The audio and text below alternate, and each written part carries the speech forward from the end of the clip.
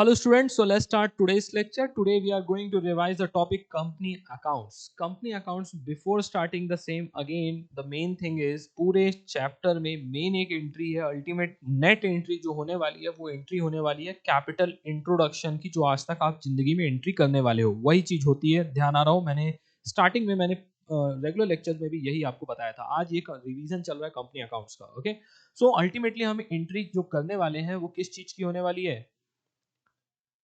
Bank account debit to capital account. अब ये entry में कुछ ना कुछ चेंजेस माइनर से होंगे। Bank account debit to equity share application account and equity share application account debit to equity to capital account या equity capital account, equity share capital.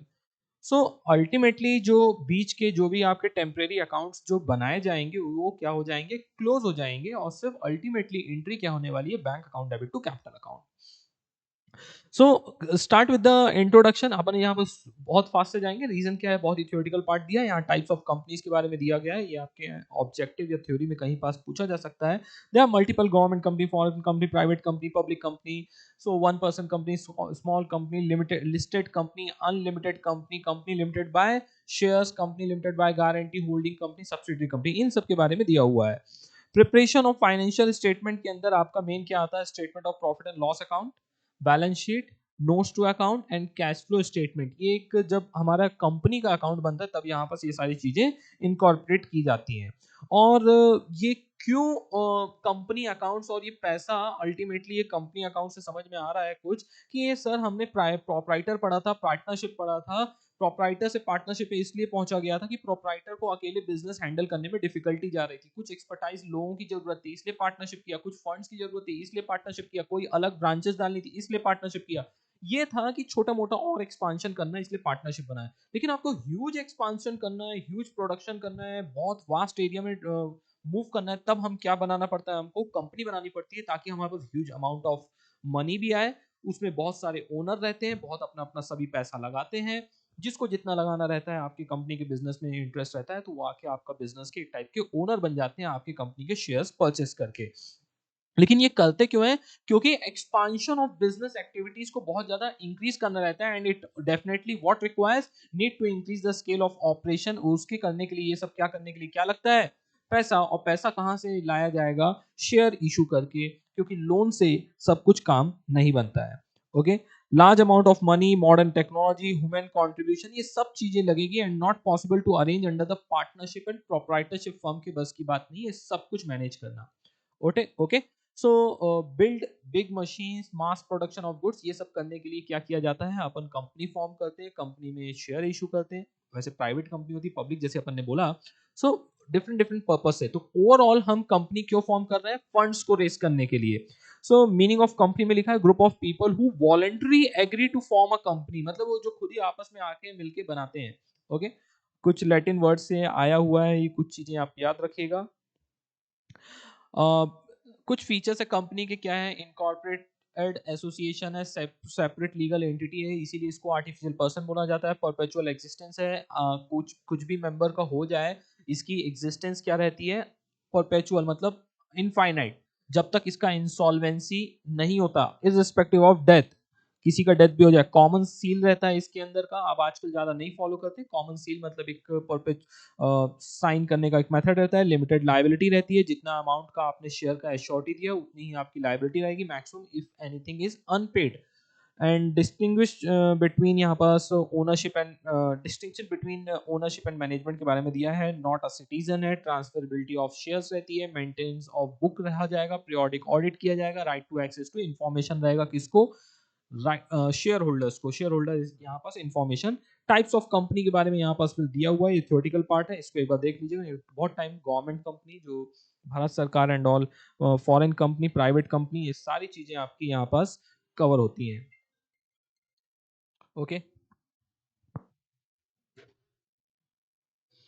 सो ये डिफरेंट डिफरेंट टाइप्स की company है, एक बार इनको देख लीजिएगा। एग्जाम में कहीं पास भी छोटा सा ये क्वेश्चन इसके ऊपर पूछा जा सकता है और पूछा भी जाएगा, तो ध्यान रखिएगा। सो एक ओवरव्यू रहिएगा, एकदम रटते डिफिनीशन नहीं पूछा जाएगा, कुछ उसके कंसेप्ट या कहीं पास उसके बारे में पूछ लिया जाएगा। सब्सिडरी कंपनी क्या होती है? Maintenance of books of account as per section 128 आपको बुक्स ऑफ अकाउंट्स मेंटेन करना पड़ता है, प्रिपरेशन ऑफ फाइनेंशियल स्टेटमेंट, उसके अंदर balance sheet, profit and loss account, cash flow statement and आपका ये सब और क्या आता है, एक नोट्स टू अकाउंट्स आता है, जो अपन वर्किंग नोट वगैरह बोल देते हैं ना, उसको क्या बोलते हैं अपन, नोट्स टू अकाउंट्स बोलते हैं। सो यही सब चीजें इसके अंदर, ये देखो कुछ इस टाइप की वर्टिकल फॉर्मेट में आपको बैलेंस शीट दिखती है, ये कुछ इस टाइप से दिखते हैं। ये आप आने वाले इंटरमीडिएट लेवल वगैरह में आप इमीडिएटली जाओगे तो वहां पास इसी से ही आपको सिर्फ डील करना है, इसके अलावा कुछ भी आपकी कोई बैलेंस शीट नहीं चलेगी। हाँ, पार्टनरशिप के बारे में कोई पढ़ाई चल रही होगी, प्रोप्राइटरशिप के बारे में, तो डेफिनेटली अपन टी शेप में ही बनाएंगे, लेकिन जैसे ही कंपनी की बैलेंस शीट, कंपनी अकाउंट्स, इन सब के बारे में जब आप क्वेश्चन सॉल्व करोगे, तब तब यहाँ पास क्या बनाना पड़ेगा आपको, इस टाइप की बैलेंस शीट प्रिपेयर करनी पड़ेगी। इसी तरह प्रॉफिट एंड लॉस अकाउंट भी रहता है, इसका टोटल जैसे मैंने दिखाया, टोटल दोनों का टोटल वर्टिकल फॉर्मेट में ही टैली किया जाता है। Got it?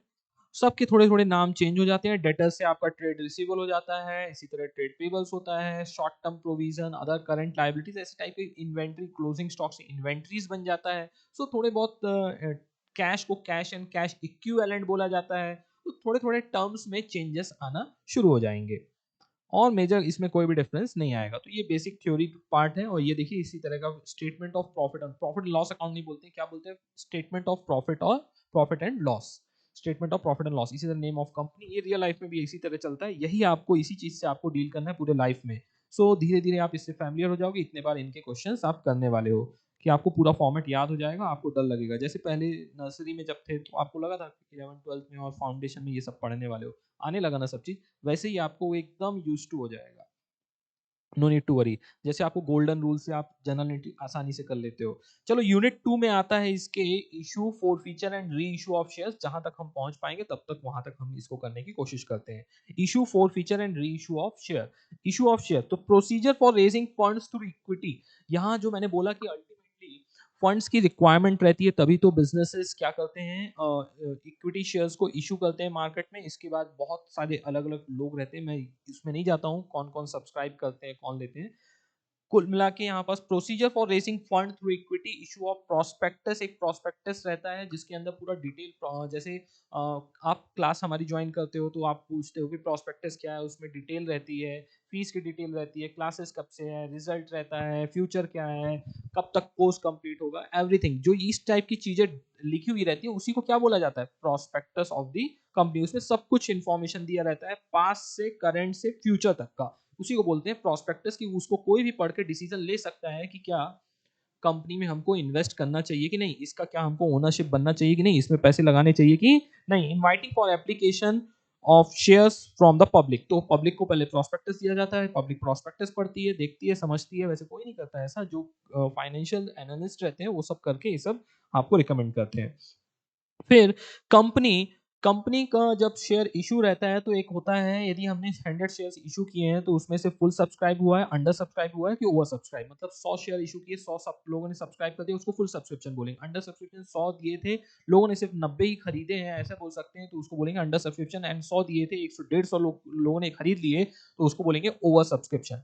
डेफिनेटली जितने लोगों ने खरीदा था उतनों लोगों को ही मिल गया, received all the share, directors make the allotment. उनको क्या करेगा, जिन्होंने हमने बोला था अप्लाई करो, लोगों ने 100 शेयर्स हमने अप्लाई करने के लिए दिए थे, लोगों ने 100 शेयर्स के लिए अप्लाई कर दिया, डायरेक्टर्स उन 100 लोगों को वो शेयर्स जो भी रहेगा शेयर 100 शेयर दे देगा।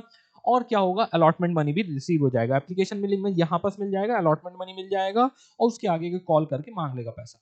अंडर सब्सक्राइब हुआ, अंडर सब्सक्राइब में जैसे for example minimum subscription received होना चाहिए, तो वो मिनिमम सब्सक्रिप्शन जैसे 94% है, मिनिमम सब्सक्रिप्शन नॉट रिसीव्ड, जो भी लिखा है, अब क्या लिखा था हमें ध्यान नहीं है, जाने देते हैं। मिनिमम सब्सक्रिप्शन रिसीव्ड हो गया, आपका क्या हो जाएगा, डायरेक्टर से अलॉटमेंट कर देंगे, और उसके बाद अलॉटमेंट मनी भी रिसीव हो जाएगी। यदि मिनिमम सब्सक्राइब नहीं हुआ, नॉट रिसीव्ड हुआ, तो ऑल एप्लीकेशन जितना भी मनी है तो क्या करना पड़ेगा, रिफंड करना पड़ जाएगा। ओके। ओवर सब्सक्रिप्शन के केस में भी यही होने वाला है कि यदि अपन को जितना हमने हमने 100 शेयर के लिए हमने दिया था पब्लिक को कि अप्लाई करो, लोगों ने 150 से 200 शेयर के लिए अप्लाई कर दिया, तो डेफिनेटली हम क्या करेंगे, जिसने 2 शेयर मांगे थे हम उसको एक ही शेयर देंगे और एक शेयर का पैसा उसको रिफंड कर देंगे। एक आता है ऑप्शन रिफंड करने का और दूसरा ऑप्शन आता है उसके आगे जो हम पैसा मांगने वाले थे अलॉटमेंट में, first call, second call, third call में, तो वो हम उससे भी एडजस्ट कर सकते हैं। तो ये दो ऑप्शन आता था कहाँ पास, ओवर सब्सक्रिप्शन के केस में। एक क्या आता है रिफंड कर दो और दूसरा क्या आता है एडजस्ट कर दो। प्रो राटा मतलब प्रोपोर्शनेट होता है, जिसने 5 शेयर किसी ने 5 शेयर मांगे तो फ्रैक्शन में नहीं दिया जाता है शेयर्स को। ओके, सो वो रहता ही है उतना प्रोपोर्शनेटली, जिसने 10 मांगे उसको 5 देंगे, जिसने 20 मांगे उसको 10 देंगे, 50 मांगे तो 25 देंगे, इस टाइप करके प्रोराटा अलॉटमेंट हो जाता है। रियल लाइफ में अलॉटमेंट कैसा होता है, बाय लॉटरी मेथड से होता है। आपके नाम की चिट्ठी निकाली जाएगी, जितने शेयर्स आपने अप्लाई किए हैं, आपके जितना देना है वो वैसे करके अप्लाई हो जाता है। इस टाइप से एप्लीकेशन को अलॉट किया जाता है। तो लॉटरी बेसिस सिस्टम अप्लाई किया जाता है, किसी को पता चला कुछ भी नहीं मिले, किसी को पूरा मिल जाए, तो डिपेंड करता है। और जनरली 100 रुपए 100 शेयर है, 10 रुपए का शेयर रहेगा। सो 10 रुपए पूरा एक साथ एप्लीकेशन में नहीं मांग लेते, मिनिमम 5% मांगना पड़ता है। और 5% इसीलिए, और जिसको पूरा मांगना मांगते रहते हैं आजकल रियल लाइफ में, अलग अलग सिस्टम चलता है प्रीमियम में एंड ऑल। सो 100 रुपए का शेयर है, 10 रुपए ईच का है, तो अपन को क्या रहता है कि एज पर बुक्स जो हम पढ़ाई कर रहे हैं, तो डिफरेंट डिफरेंट पार्ट्स में हम उस पैसे को 10 रुपए को रिकवर करते हैं। जैसे 2 रुपीज एप्लीकेशन में आ गया, 2 रुपीज अलॉटमेंट में, 3 rupees first call and 3 rupees second and final call में, लाइक दिस। ओके, 2 रुपए मांगा है, 100 शेयर के ऊपर 2 रुपए, तो 200 पे करेंगे। शेयर्स इशूड रहते हैं at par, discount and premium में। डिस्काउंट रियल लाइफ में अलाउड है ही नहीं। देखो ये बात चल रही थी पहले, हमने full subscription, under subscription, over subscription, इसमें पैसे से रिलेटेड नहीं है, हमने शेयर्स रिलेटेड बात की। यहाँ पास हमने किससे रिलेटेड बात की है, समझ पा रहे हो मैं क्या बोल रहा हूँ? शेयर्स रिलेटेड बात की है। शेयर्स 100 हमने अ, दिए थे पब्लिक को सब्सक्राइब करने के लिए, तो कितना शेयर्स उन्होंने सब्सक्राइब किया। यहाँ पास चल रहा है कि शेयर्स को जब इशू किया जाएगा तो कितने रुपए में शेयर की इशू किया जाएगा। वहां पास शेयर्स में बात कर रही थी, यहाँ शेयर्स के अमाउंट पे बात की करी जा रही है। 10 रुपए का 10 रुपए में शेयर, 10 रुपए का शेयर 10 रुपए में शेयर इशू किया तो उसको बोलेंगे इशूड एट पार। 10 रुपए का शेयर 8 रुपए में इशू किया, जो कि परमिटेड नहीं है अनटिल अनलेस वो किसको शेयर इशू किया जाए, स्वेट इक्विटी शेयर्स बोला जाता है। वर्ड ध्यान रखना क्या बोलते हैं उसको, स्वेट इक्विटी शेयर्स। पसीने निकल जाते हैं जिनके, उनको ये शेयर्स दिया जाता है। कौन पसीने निकालता है, स्वेट किसको निकलता है, किसको मिलेगा, कंपनी के डायरेक्टर्स और एम्प्लॉयज को जब इशू किया जाता है शेयर्स, उसको बोलते हैं स्वेट इक्विटी शेयर्स। और उनको जब दिया जाता है तभी बस डिस्काउंट में इशू किया जा सकता है, और वो भी रिजोल्यूशन वगैरह पास करके, नहीं तो डिस्काउंट में इशू करना पॉसिबल ही नहीं है इस दुनिया में। और एक आता है 10 रुपए का शेयर 14 रुपए में सेल किया जा रहा है। अब ऐसा क्यों किया जाता है, क्योंकि कंपनी की गुडविल है या जो भी बोलो, तो उसके कारण किया जाता है। चलो नेक्स्ट आता है share issued for cash. Cash भी होता है और डिफरेंट डिफरेंट पर्पस के लिए भी किया जा सकता है, और मशीनरी एंड एसेट्स के अगेंस्ट में भी share issued for cash, issued at face value at premium. और प्रीमियम रहेगा सिक्योरिटी प्रीमियम, उसका अकाउंट बनाया जाएगा, is credited with the entry for share capital account. तो वो अपन आएगा तो देखेंगे। As per section 53 of company can not issue the share at discount except for the sweat equity shares, यहाँ लिखा हुआ है, दिख रहा है। सो आगे भी इसी तरह आते रहेंगे। चलो देखते हैं आगे। यहाँ पास कुछ ये देखो, यहाँ बस लिखा है सोल प्रोप्राइटरशिप है, प्रोप्राइटर अलोन रहता है, टाइप कैपिटल रहता है, लाइबिलिटी अनलिमिटेड रहती है। पार्टनरशिप में भी क्या रहता है, पार्टनर रहते हैं, पार्टनर्स कैपिटल रहता है कैपिटल में, और ये लाइबिलिटी पार्टनर्स की भी अनलिमिटेड रहती है। लेकिन कंपनी के केस में ओनर कौन रहते हैं, शेयर होल्डर्स रहते हैं। एक बार फिर से देख लो, कौन रहते हैं ओनर, शेयर होल्डर। जिसके पास शेयर्स है वो उस कंपनी का ओनर है। टाइप्स ऑफ शेयर कैपिटल क्या है, यहाँ पर क्या बोलते हैं, उसको शेयर कैपिटल बोलते हैं। और limited to the issue price of the share held. यदि 10 रुपए का शेयर है, मैंने उसको खरीदा है और अभी सिर्फ मैंने उसको 2 रुपए ही दिया है, 8 रुपए कंपनी मेरे से कभी भी मांग सकती है, तो मेरी लाइबिलिटी मैक्सिमम अप टू कितनी है, टोटल 10 रुपीज। उसमें से 2 दे चुका हूं, बचा कितनी लाइबिलिटी, 8 रुपीज। सो 8 रुपीज से ज्यादा कभी भी कोई भी हमसे मांग नहीं सकता, कुछ भी फर्जीवाड़ा हो जाए कंपनी में, हमसे लेना देना नहीं है। Share capital, total capital of the company is divided into number of small individual unit of a fixed amount and each such unit is called as share। तो ये word share कहाँ से आया उसके बारे में था। Fix value of share printed on the share certificate. किसी जमाने में हुआ करता था कि एक शेयर सर्टिफिकेट रेक्टेंगुलर टाइप का हुआ करता था, तो उसमें लिखा रहता, थप्पा मारा जाता, कॉमन सील लगाई जाती थी, और बोला जाता था कि called as nominal, par, face value of the share. इनको क्या बोला जाता था? Nominal, par and face value of the share. जो फिक्स्ड वैल्यू लिखी हुई है उसके अंदर उसी को बोला जाता था क्या? नॉमिनल वैल्यू या पार वैल्यू। पार मतलब जितने का शेयर है उतना ही लिखा हो, या फेस वैल्यू जितना उसके ऊपर लिखा हुआ है सबका वर्ड सेम होता है, आगे चल के भी आएगा इस दुनिया में। The liability of the holder of share called share holder is limited to the issue. वही चीज बार बार रिपीट की गई है। Issue price need not be equal to the market price of the share. Issue price जरूरी नहीं है कि मार्केट प्राइस से इक्वल रहे। बुक बिल्डिंग एक प्रोसेस होता है जिससे डिसाइड किया जाता है प्राइसेस को। एक होता है उसके अंदर shares capital of a company is divided into following categories. जो शेयर कैपिटल होता है उसको डिफरेंट डिफरेंट कैटेगरी में डिवाइड किया जाता है, जैसे हमने पहले भी बात किया था। ऑथोराइज शेयर कैपिटल या कि नॉमिनल कैपिटल, ये मतलब maximum capital requirement throughout the life of the company, जो बोलते हैं as per the memorandum of association capital clause में लिखा जाता है कि ये पूरे लाइफ टाइम में कितना फंड रेस किया जा सकता है। तो 10,000 करोड़ ये रेस कर सकते हैं। Got my point? उसमें से हमने अभी सिर्फ 1,000 करोड़ रुपीस ही बस अभी हमने इशू किया है पब्लिक के लिए। हम 9,000 करोड़ कभी भी इन फ्यूचर और इशू कर सकते हैं। सो 1,000 करोड़, उसमें 10,000 करोड़ में से इशूड शेयर कैपिटल कितना है? 1,000 करोड़। इसको कैसे किया जाता है? Not issue total authorise capital, मतलब a company need not issue total authorise capital. Total authorise capital मतलब जरूरी नहीं है कि पूरा का पूरा 10,000 करोड़ ही उसको इशू करना है। वो जितना चाहे उतना, जितनी रिक्वायरमेंट है अभी उतना वो इशू कर सकती है। Whatever the portion of the share capital is issued by the company is called as issue capital. जो ऊपर वाले ऑथराइज से जितना पार्ट भी इशू किया जाता है उसी को क्या बोलते हैं? Issued capital.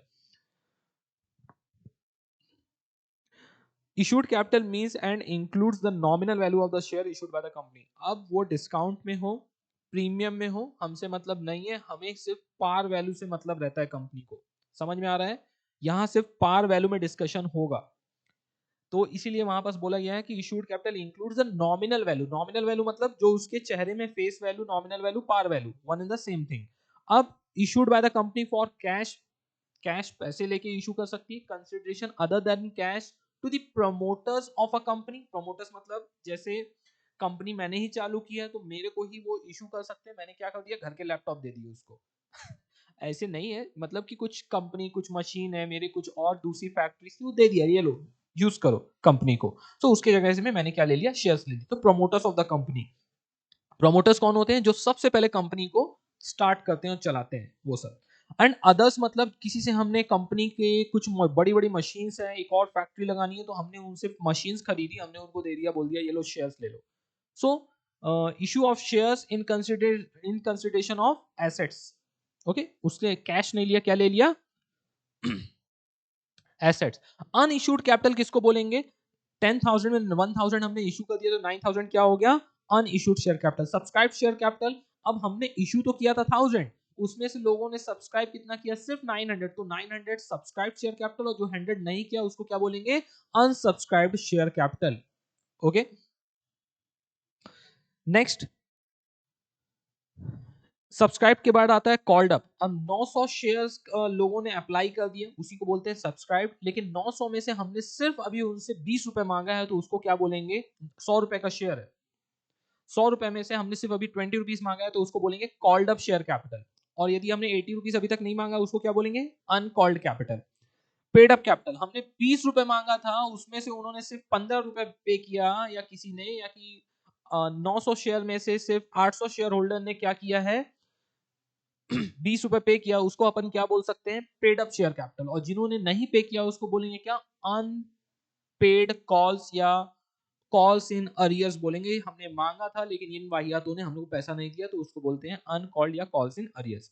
कुछ होते हैं और दानशु, दानवीर, कर्ण दानवीर टाइप के, जो क्या करते हैं? आपने 20 मांगा, हम आपको 50 दे देंगे। तो बचा हुआ जो हमने मांगा था 20, आपको 50 मिल गया, तो 30 रुपए क्या हो गया? एडवांस हो गया, उसको बोलते हैं calls in advance that portion the capital which is yet to be called by the company and already been be paid by the shareholder। shareholder ने already पे कर दिया। बोले ये क्या बार बार 5 रुपए 10 रुपए मांगते हो, ये लो। रिजर्व कैपिटल, रिजर्व कैपिटल क्या होता है? Portion of uncalled capital which the company has decided to call only in case of liquidation is called as reserve capital. ठीक है, सो रिजर्व कैपिटल मतलब कंपनी ने आपसे 20 रुपए मांगा और कंपनी ने इतना प्रॉफिट कमाया, इतना प्रॉफिट कमाया, बोला शेयर होल्डर्स को क्या तुम पैसे दोगे हमको? रखे रहो पैसे, नहीं चाहिए आपका 80 रुपए अभी। आप ही की तो कंपनी है, आप ही तो इसके मालिक हो, हमें आप ही से पैसा लेना है, क्या लेंगे छोटे मोटे अमाउंट, हमने बहुत कमा लिया है, कंपनी उसी में चलती रहेगी। और बचा हुआ 80 रुपए वो रिजर्व कैपिटल में ट्रांसफर कर देते हैं। Reserve capital portion of uncalled capital, जो हमने फोन लगा के नहीं मंगाया ना पैसा, उसी को पैसा को company decided to call only in case of liquidation of company if required. ऐसा नहीं है लिक्विडेशन है तो जरूर मंगा ही लेगी 80 रुपए, इफ रिक्वायर्ड तो मंगा लेगी। ओके, लिक्विडेशन होगा तो मतलब उस कंपनी की लग चुकी है तो पैसे तो मंगाएगी आपको। ओके, कंपनी में decide to passing a resolution that certain portion of subscribe uncalled capital, subscribe किया था, पैसे मांगने थे हमको, उसके बाद हमने मांगे नहीं उसको। अब स्टूडेंट कंफ्यूज होते हैं ये रिजर्व कैपिटल और कैपिटल रिजर्व में। Reserve capital is different from capital reserve. Capital reserve is a part of reserves in surplus, refer to those reserve which are not available for declaration of the dividend। वो profit से सिर्फ आप capital reserve किसी contingency या किसी purpose के लिए या कि कोई शेयर इशू करने के लिए हम यूज किया जा सकता है, उसको पढ़ लो। The reserve capital is a portion of uncalled, जो डिविडेंड डिक्लेयर करने के लिए मतलब कि ओनर को देने के लिए वो नहीं रहता है कैपिटल रिजर्व, उससे सिर्फ अपन क्या कर सकते हैं, स्पेसिफिक पर्पस के लिए बस उसको यूज किया जा सकता है, उसी को बोलते हैं क्या अपन, capital reserve. Capital reserve generally अपन यूज करते हैं बोनस इशू करने के लिए, ओके, फ्री में शेयर्स दे रहे हैं किसी को, और इन सब पर्पस के लिए अपन मतलब वही कैपिटल रिजर्व उठ के क्या बन जाएगा, कैपिटल बन जाएगा, इक्विटी कैपिटल बन जाएगा। उतनी ही अमाउंट का हम क्या दे देंगे, बोनस शेयर दे देंगे फॉर एग्जांपल किसी को। Authorise capital, issued capital but plus unissued capital, उसको ऑथराइज बोलते हैं। ठीक है, ये सब डिटेल में हो गया है। नाउ अब एक ये टाइप का क्वेश्चन आएगा, उसमें से आप ध्यान रखिएगा, एक ये क्वेश्चन नंबर 1 को स्टार मार्क करके रख लो कि कौन कौन सा क्वेश्चन करना चाहिए आपको। क्वेश्चन नंबर 1 एक करना चाहिए, इस टाइप के कोई क्वेश्चन आपके एग्जाम में धप्पा बोल सकते हैं आपको, जिसके अंदर आपका क्या रहता है, एक फॉर्मेट जो रहता है इसको शेड्यूल 3 के अकॉर्डिंगली नोट्स टू अकाउंट्स में या कि उसमें आपको प्रेजेंट करना रहता है कि किस किस टाइप से आपका नोट्स टू अकाउंट, ये देखो चिक चिक के लिखा है नोट्स टू अकाउंट्स, दिख रहा है। तो उसमें share capital, equity share capital, authorise share capital, issued share capital, subscribe share capital, उसके बाद called up and paid up share capital and less call unpaid, that is calls in arrear. Okay, इसी तरह से हमको show करना रहता है। Got my point? तो ये सब चीजों को ध्यान रखिएगा और इस टाइप का कुछ एक प्रेजेंटेशन बनाना पड़ेगा आपको। Types of share, preference shares और इक्विटी शेयर्स। चलो अपन बात करते हैं share. Share issued by the company can be divided into following categories. Preference shares, उनके पास प्रेफरेंशियल राइट्स रहते हैं before the equity share holder. Payment of dividend and repayment of capital का मतलब जब भी आप पैसा बांटोगे जनता मतलब जो भी ओनर है उसमें सबसे पहले किसको मिलेगा पैसा, प्रेफरेंस शेयर होल्डर को मिलेगा। प्रॉफिट मतलब डिविडेंड बांटा गया। और यदि हम कंपनी बंद कर रहे हैं या रीपेमेंट कर रहे हैं सबको, तो उसमें भी केस में पहले किसको दिया जाएगा, प्रेफरेंस शेयर को दिया जाएगा क्या, उनका पैसा। बस generally they don't get voting rights, उनको वोटिंग राइट्स नहीं मिलता है। टाइप्स ऑफ प्रेफरेंस शेयर, उसमें cumulative preference share, non cumulative, participating preference share, non participating share, redeemable preference share, non redeemable, convertible preference share and non convertible preference shares. इसमें सिर्फ convertible preference share ज्यादा important का है, वो क्या रहता है, कन्वर्ट कर देते हैं एक पीरियड टाइम के बाद किसमें, इक्विटी शेयर्स में। और दूसरा क्या होता है, इक्विटी शेयर। इक्विटी शेयर्स वो शेयर्स होते हैं जो प्रेफरेंस शेयर्स नहीं होते हैं, ये दुनिया की सबसे इजी डिफिनेशन रहती है, ठीक है। इनको वोटिंग राइट्स भी मिलता है और ये शेयर जो इशू करते हैं cash and and other than cash में भी इशू करते हैं। Issue of share for cash,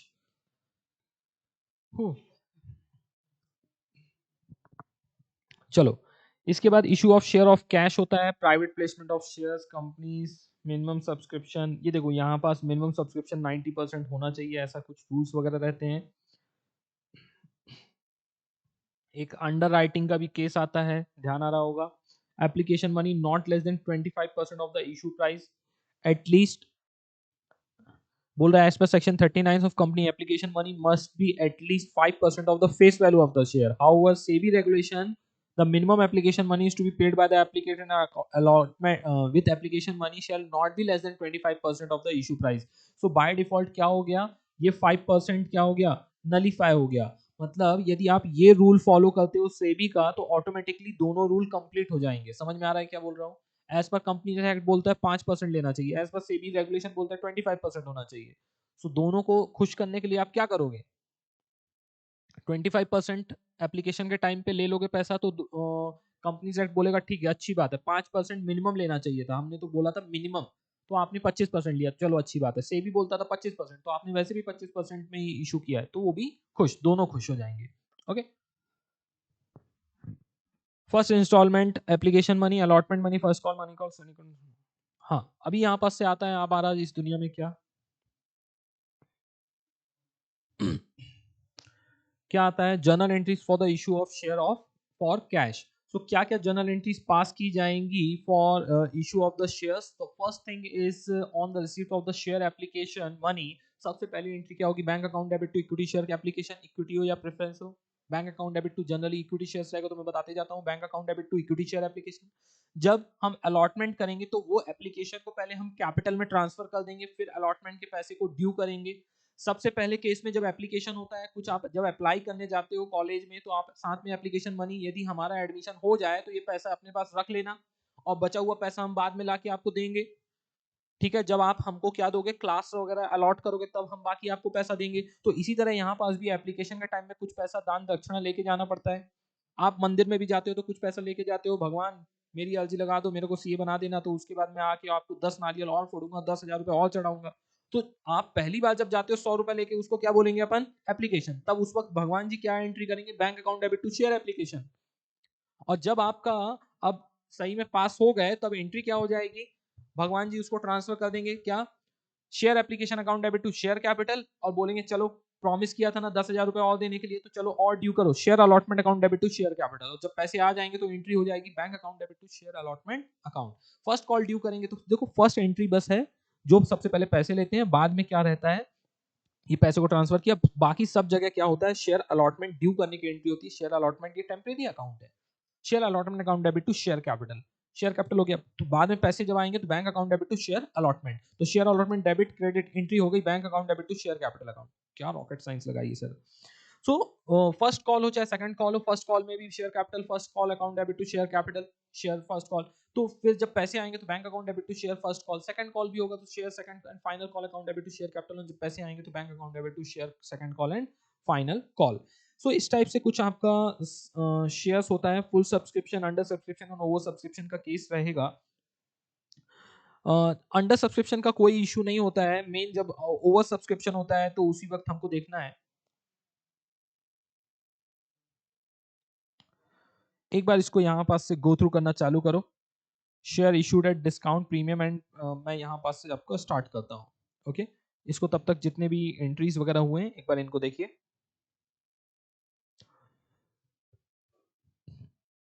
फिर मैं यहाँ पास से आपका स्टार्ट करूंगा। जल्दी से फास्ट से आ जाइए, क्वेश्चन नंबर 7 के आसपास तक देखिए एक बार फास्ट से। That's great. सो हम आगे का जो पार्ट है वो अपन कंटिन्यू करेंगे नेक्स्ट लेक्चर में। नेक्स्ट सेशन में हम बैलेंस बचा हुआ रिवीजन पार्ट करेंगे। यहाँ मेजर हमारा थ्योरेटिकल पार्ट हुआ है।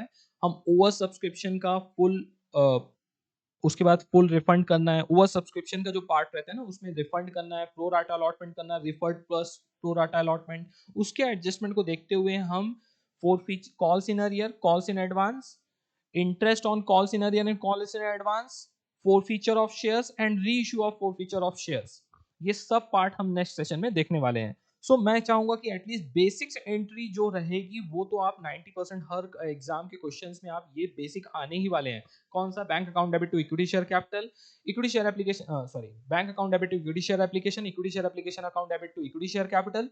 नेक्स्ट आएगा आपका equity share allotment account debit to equity share capital account, bank account debit to equity share allotment account. फिर से ड्यू करोगे तो क्या आएगा? Equity share first call account debit to equity share capital account, bank account debit to equity share first call account.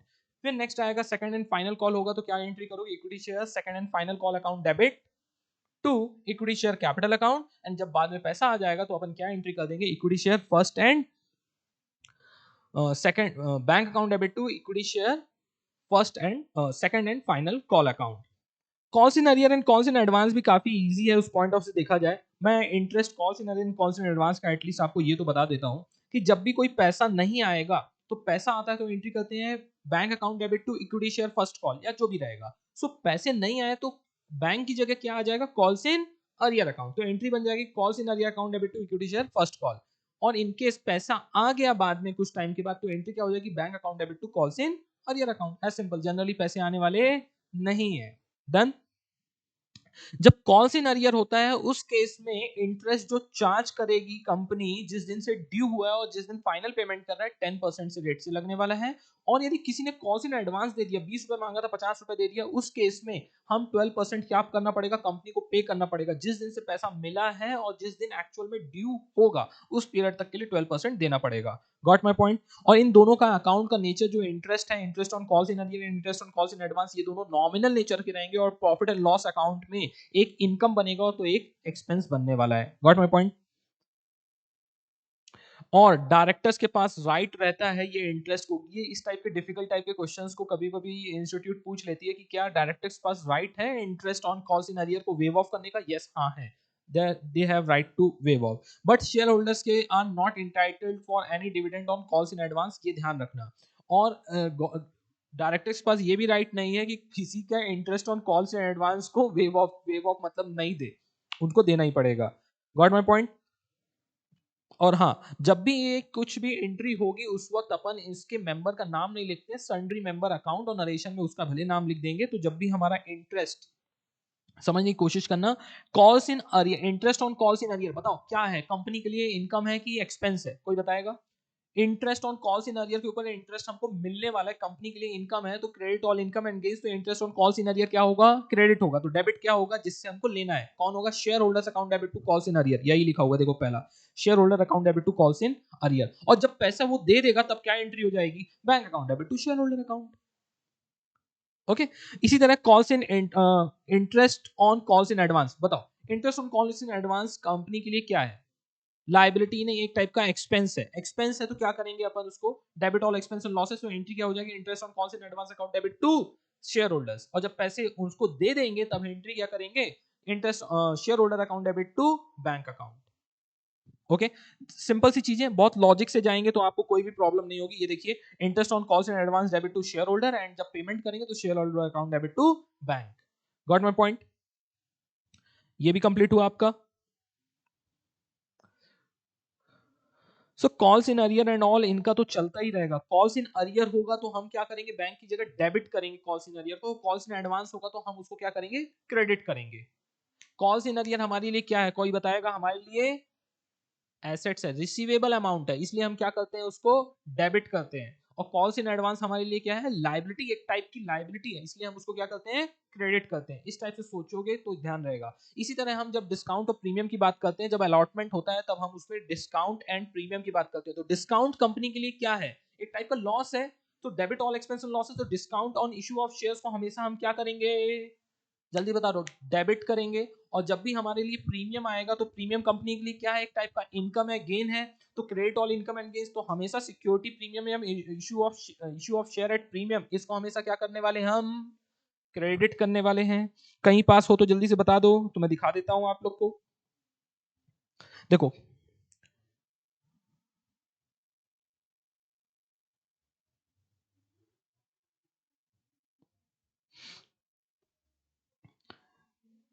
कहाँ है, कुछ दिखाएगा कोई, बताएगा कोई, एप्लीकेशन मनी, अलॉटमेंट मनी, मेरे ख्याल से नीचे रहेगा क्या, फोर फीचर आ गया।